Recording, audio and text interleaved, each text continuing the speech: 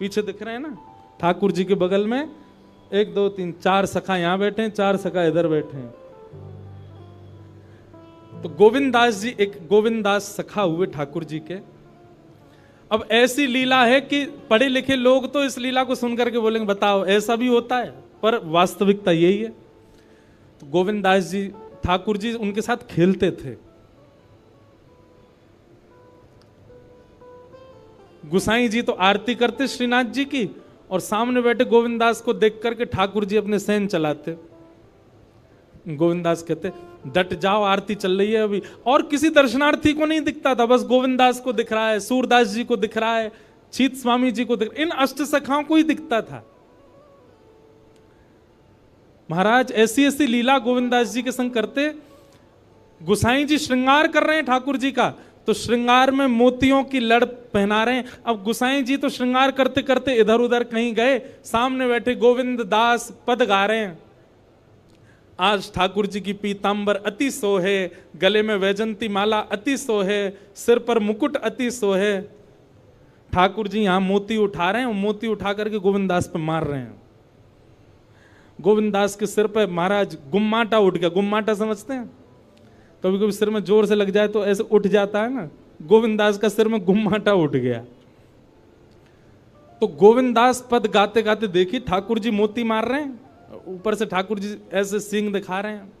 ये लीला गोविंदास को दिख रही है, बाकियों को ठाकुर जी ऐसे ही दिख रहे हैं। तो गोविंदास बोले अच्छा तो ये बताऊं, रुक जा। मोती उठा करके ठाकुर जी पर मारा। अब ठाकुर जी पर जैसे ही मारने लगे, इतने में गुसाई जी आया तो गुसाई जी में लग गया वो। गुसाई जी बोले ए गोविंदास जी क्या कर रहे हो तू, हैं ठाकुर जी मोती मार रहे हो। गोविंदास से हाथ धर के गए, देखो गुम्माटो उठ गो मेरो, तुम्हारो लाला मारे तब कोई बात नहीं, या समझा लो पहले, बहुत मारे हमें।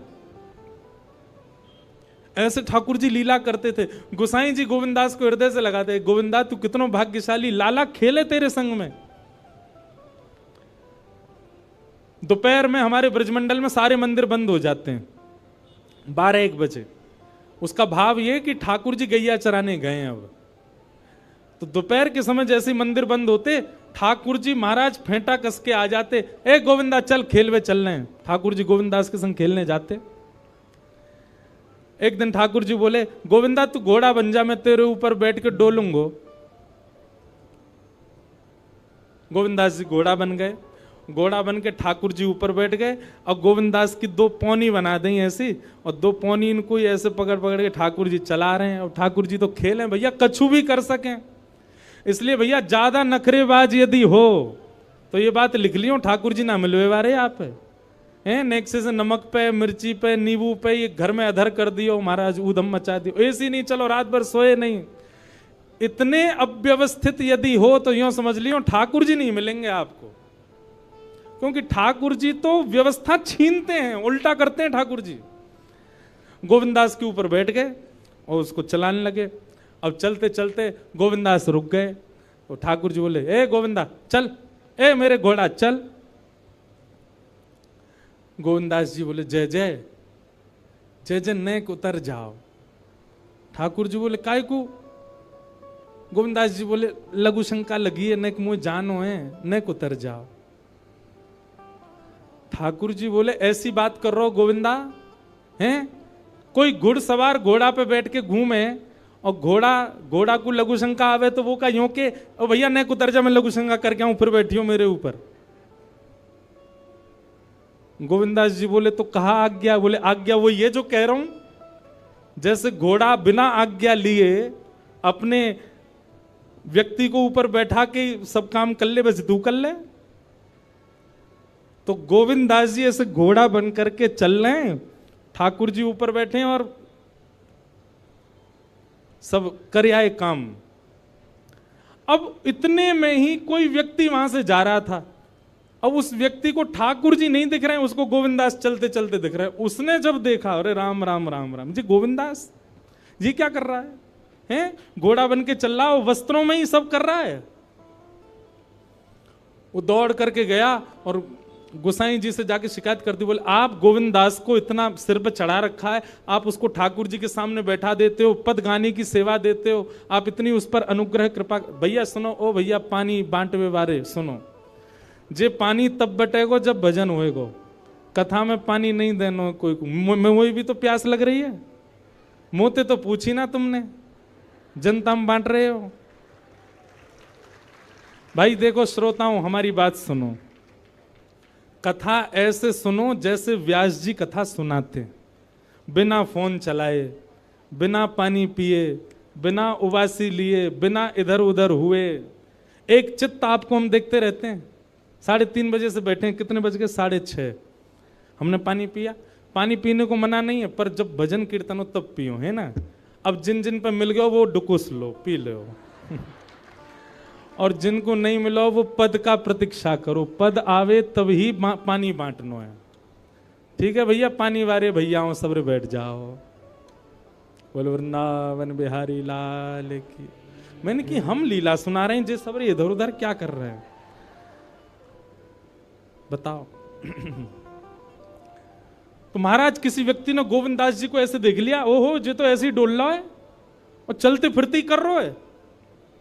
गोसाई जी से जाकर के शिकायत कर दी और गोसाई जी से कही, बोले गोसाई जी आपने गोविंद दास को बहुत सिर पर चढ़ा लिया आज। अरे भाई, खड़े होके लघु शंका करना भी मना है शास्त्रों में, वो तो ऐसे बैठ करके चलते चलते कर रहा था, वस्त्रों में ही कर रहा था, इतना अपवित्र, और आप उसको मंदिर की सेवा देते हो। गोसाई जी को सुन करके अच्छा नहीं लगा। शाम को स्नान आदि करके दूसरे वस्त्र पहन करके गोविंदास आए। आकर के आपने गोसाई जी को प्रणाम किया तो गोसाई जी ने मुंह फेर लिया। तो गोविंदास बोले, जय जय, आप नाराज हो हमसे? गोसाई जी बोले, आप आचार विचार सब भूल चुके हैं अपना। आप इस प्रकार से आज कुछ कर रहे थे, मुझे लोगों ने बताया आकर के।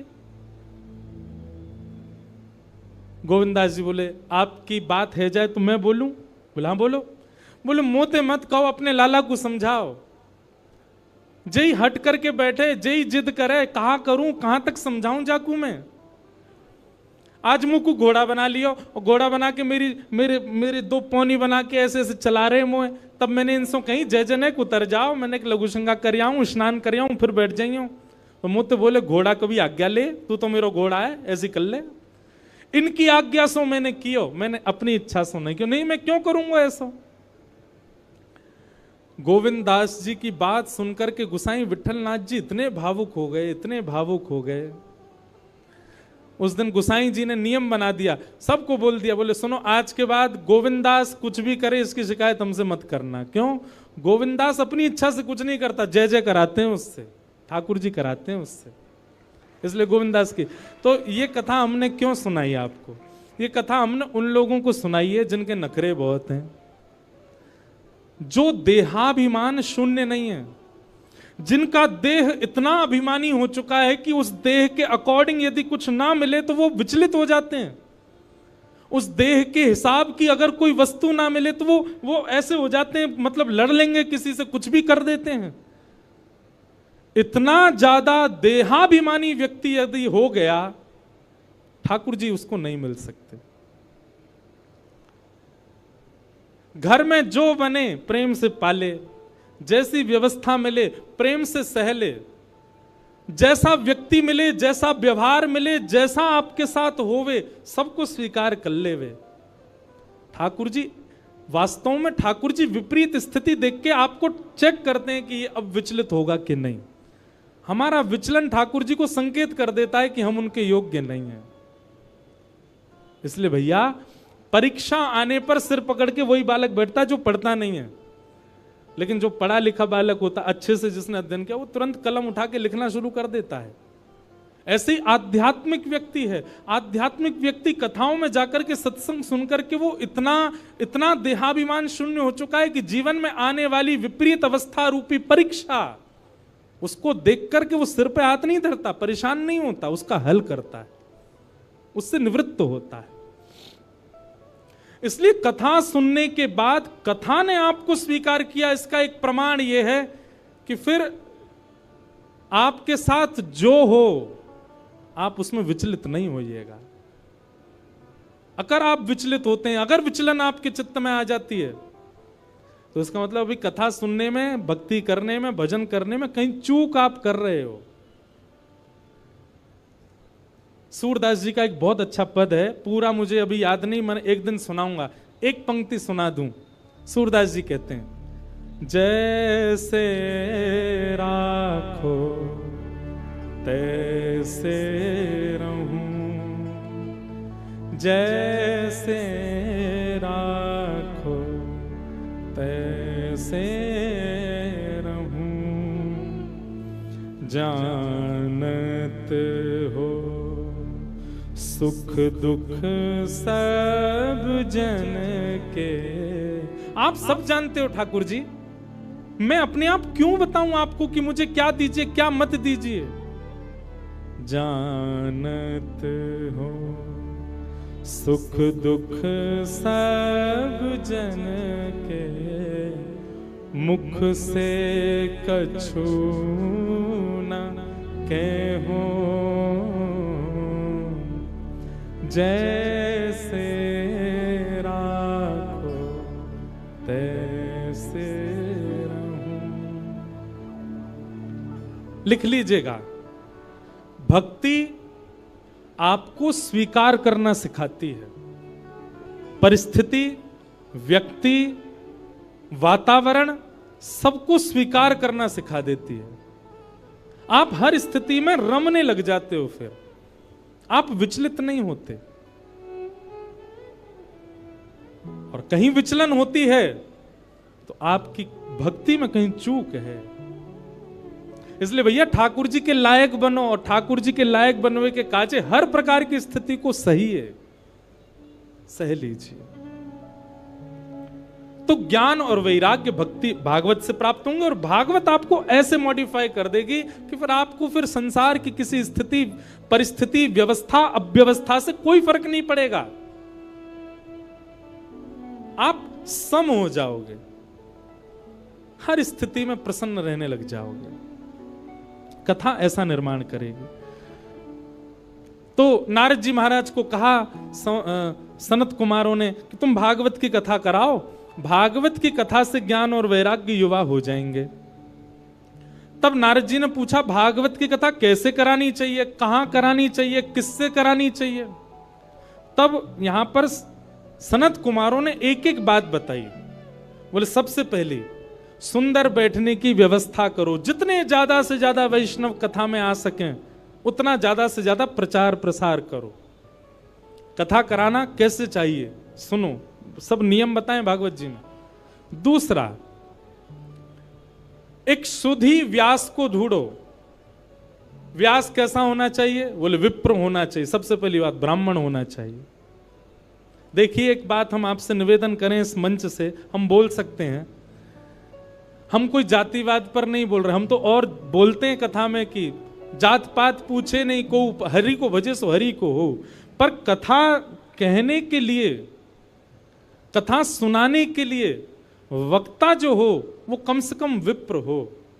क्यों? क्योंकि आप यदि विप्र से कथा नहीं सुनेंगे तो कथा बहुत कुछ करती है। आपके पितरों को मुक्त करती है, आपके पितरों को निवृत्त करती है, आपके संचित पापों को नष्ट करती है। वो एक विप्र के द्वारा ही हो पाएगा, जो जनेऊ पहनता हो, जो त्रिकाल संध्या करता हो, जो शिखा धारण करता हो, जिसके अंदर विप्र के लक्षण हैं, जो वेद अध्ययन करता हो, उसी से ही आप कथा सुन सकते हैं। सबसे पहला विप्र होना चाहिए।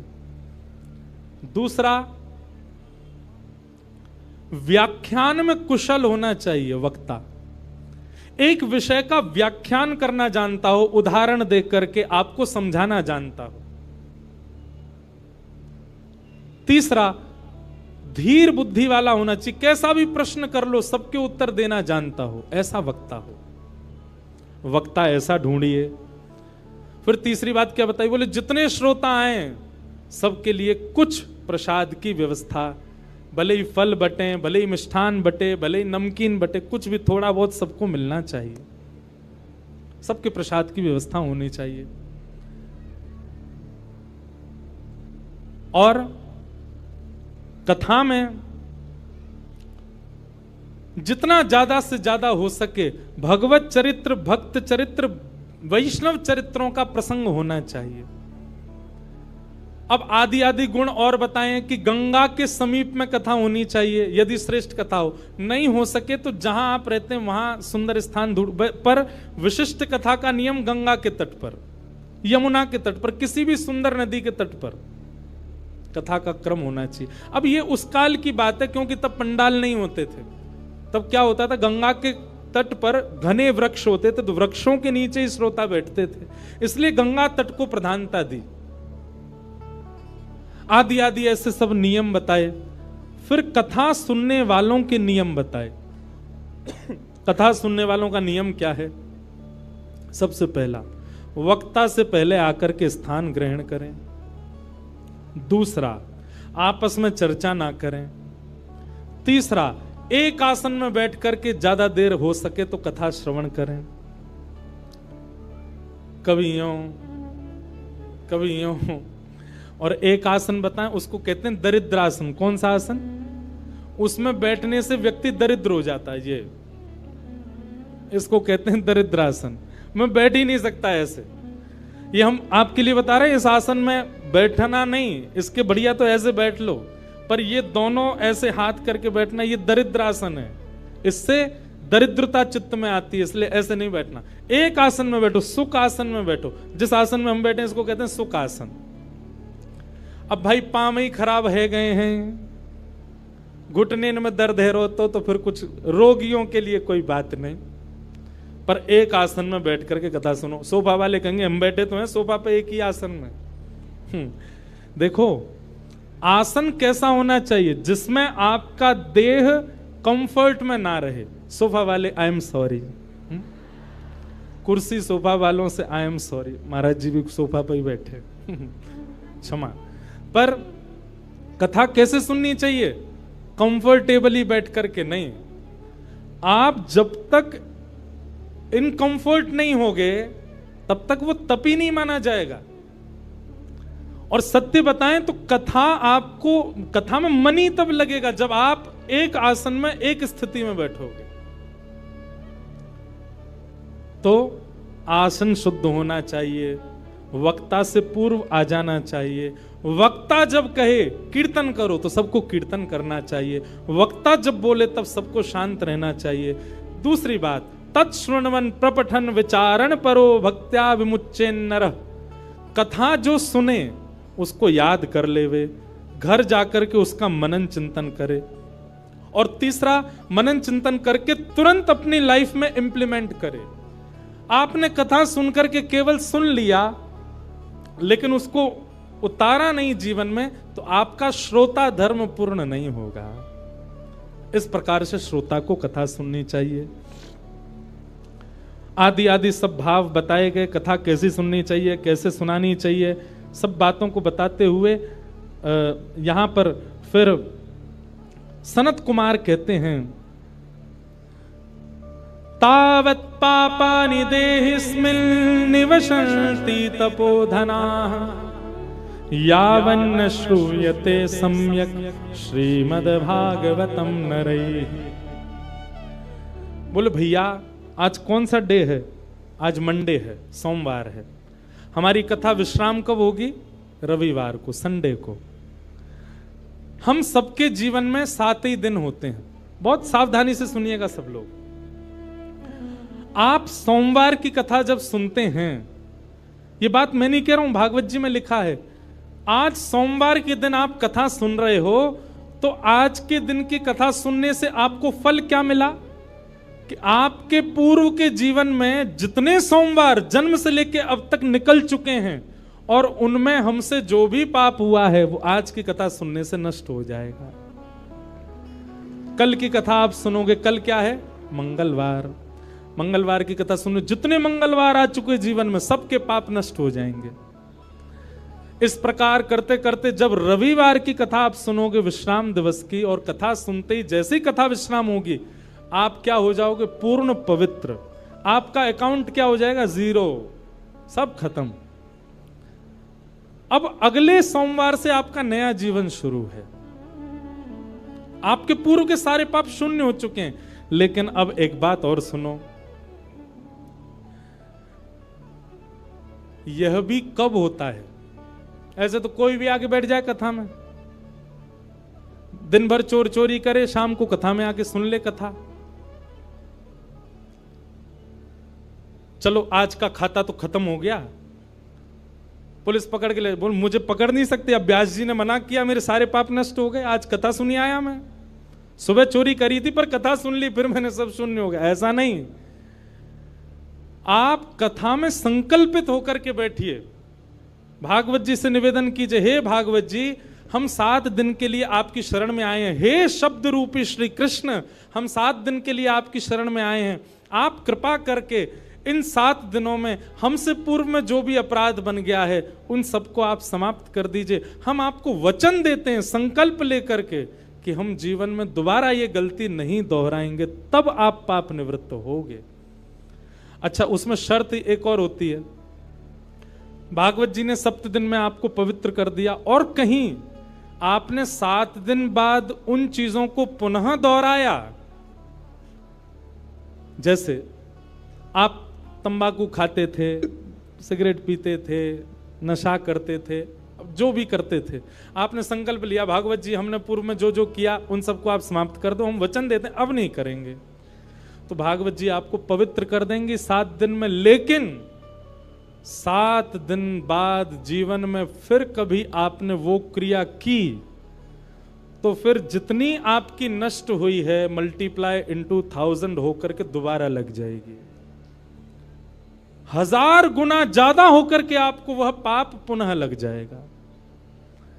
इसलिए भैया, जो अपने व्यसन नहीं छोड़ सकते, हम मंच से कह रहे हैं कल से कथा में आप नहीं आइएगा, क्योंकि आप उस व्यसन को नहीं छोड़ पा रहे हैं और कथा आप सुन रहे हैं, क्या फायदा। मल्टीप्लाई इनटू 1000 हो जाएगा और ज्यादा आपको पाप लग जाएगा। इसलिए कथा सुनने की सामर्थ्य वही लोग रखिएगा जो पुनः संकल्पित हो जाते हैं कि हम नहीं करेंगे। 2-4 लोग मुझे उठते से दिखाई दिए, नहीं बेचारे वो किसी को ढूंढ रहे फोन पे। मुझे लगा कि 2-4 लोग उठ रहे हैं, इसका मतलब यूं सोच रहे होंगे कि यार गलत फंस गए हम तो खतना में, हम तो छोड़ ही नहीं सकते अपना व्यसन, और ये व्यास जी तो यहां तो पूरी कसम बसम खिला रहे हैं। भैया हमारी एक बात सुनो,